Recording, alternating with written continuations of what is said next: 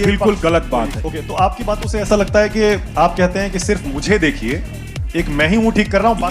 ये शब्द आपने कहीं भी कभी भी इस शब्द का इस्तेमाल मैंने नहीं कहा है, ना मैंने अपने बारे में। आपने कहा ना टीवी देखना बंद कर दो, मैंने कभी नहीं कहा। क्या बात है सर, क्या बात है सर, क्या बात, ये बात है। जैसा कि आपने देखा, आज का वीडियो काफी धमाकेदार होने वाला है, इसलिए वीडियो को पूरा देखें और यदि चैनल पर नए हैं तो प्लीज चैनल को सब्सक्राइब भी करें और वीडियो आपको जरा सा भी पसंद आए तो लाइक करें और कमेंट की भरमार लगाएं। तो चलिए देर न करते हुए वीडियो की शुरुआत करते हैं।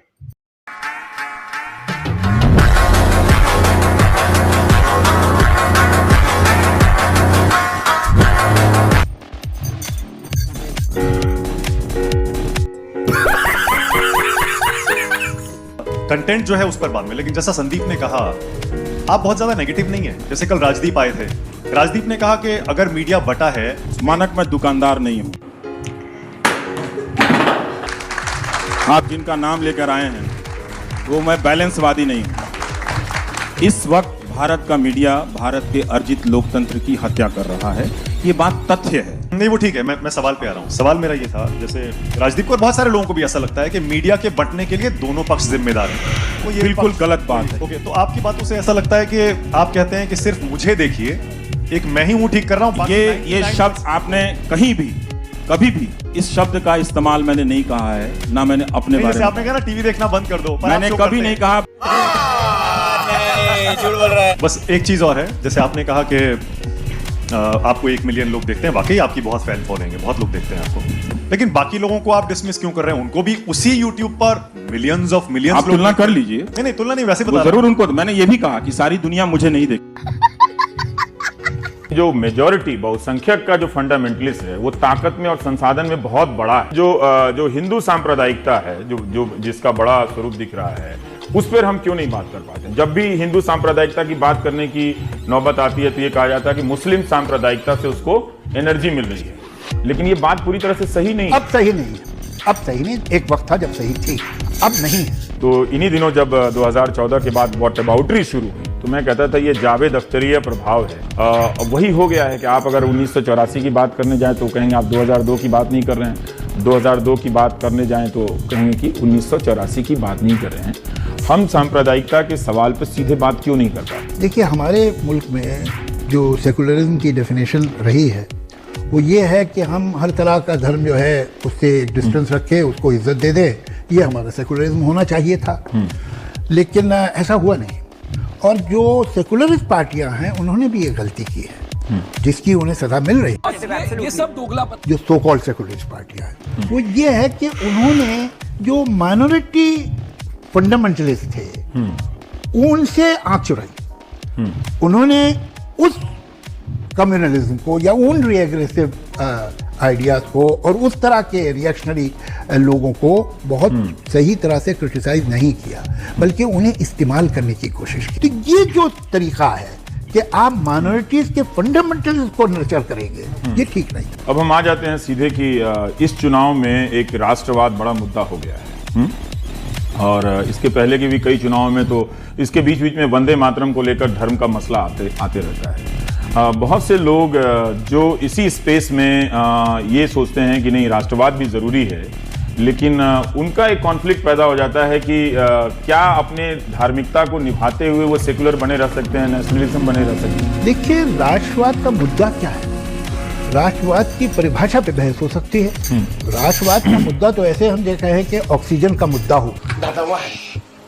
तो ये बात पक्की है कि इस्लाम के अंदर जो 2 धाराएं हैं, जो 65% कुरान जो कि माना जाता है कि वो शांति के साथ चलने वाला एक अच्छा धर्म है वो है, और बाकी 35% मदीना में जाने का ज्यादा वहां के उग्र वातावरण के कारण वैसे उसके अंदर हदीस आए, लेकिन ये जो टेररिस्ट ऑर्गेनाइजेशन है केवल उसी को उठाते हैं, उसको इस्लाम बताते हैं, लेकिन जो शांत वाला पार्ट है उसको क्यों उठाता नहीं है। तो अगर वो आप अगर कुरान को कह रहे हैं तो कुरान पढ़ने वाले सारे लोग फिर आईसिस बंदूक उठा लेते हैं। उनको आप जैसे लोगों को फिर तो सारे लोग बंदूक उठा लेते, वो 35% पढ़ के जो आप कह रहे हैं। क्या कह रहा हूँ, गलत कह रहे हैं।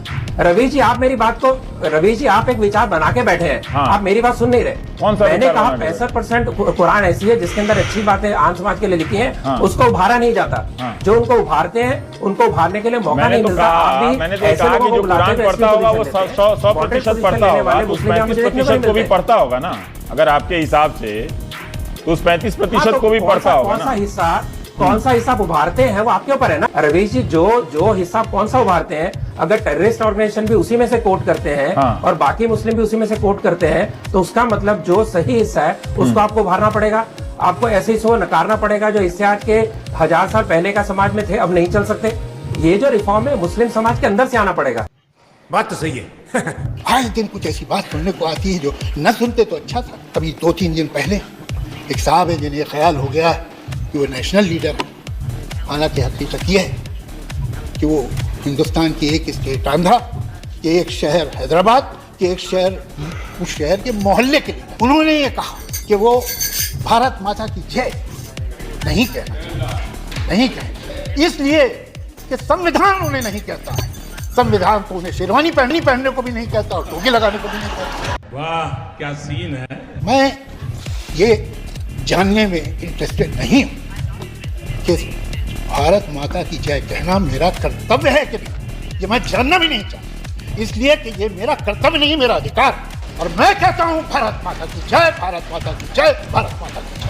क्या बात है सर, क्या बात है सर। अब ये आपने एक बात कह दी कि भारत रत्न जो दिया गया पूर्व प्रधानमंत्री अटल बिहारी वाजपेयी को, पद्म विभूषण दिया गया बीजेपी लीडर लालकृष्ण आडवाणी को, ये ठीक नहीं है, ये सियासत से प्रेरित फैसले। मिस्टर अटल बिहारी वाजपेयी ने 2002 अप्रैल में गोवा में जब बीजेपी की नेशनल एग्जीक्यूटिव कमेटी हो रही थी, वहां पर कहा कि मुसलमान साथ में रहना नहीं चाहते, मुसलमान अपने मजहब को टेरर के जरिए फैलाना चाहते हैं। बात तो सही है।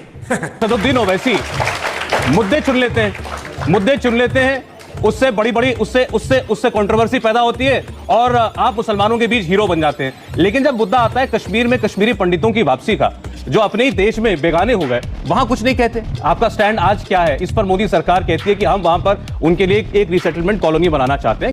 जी ठीक है। अगर आपको हमारी वीडियो पसंद आए तो लाइक शेयर सब्सक्राइब करें। मिलते हैं नेक्स्ट वीडियो में, तब तक के लिए वंदे मातरम।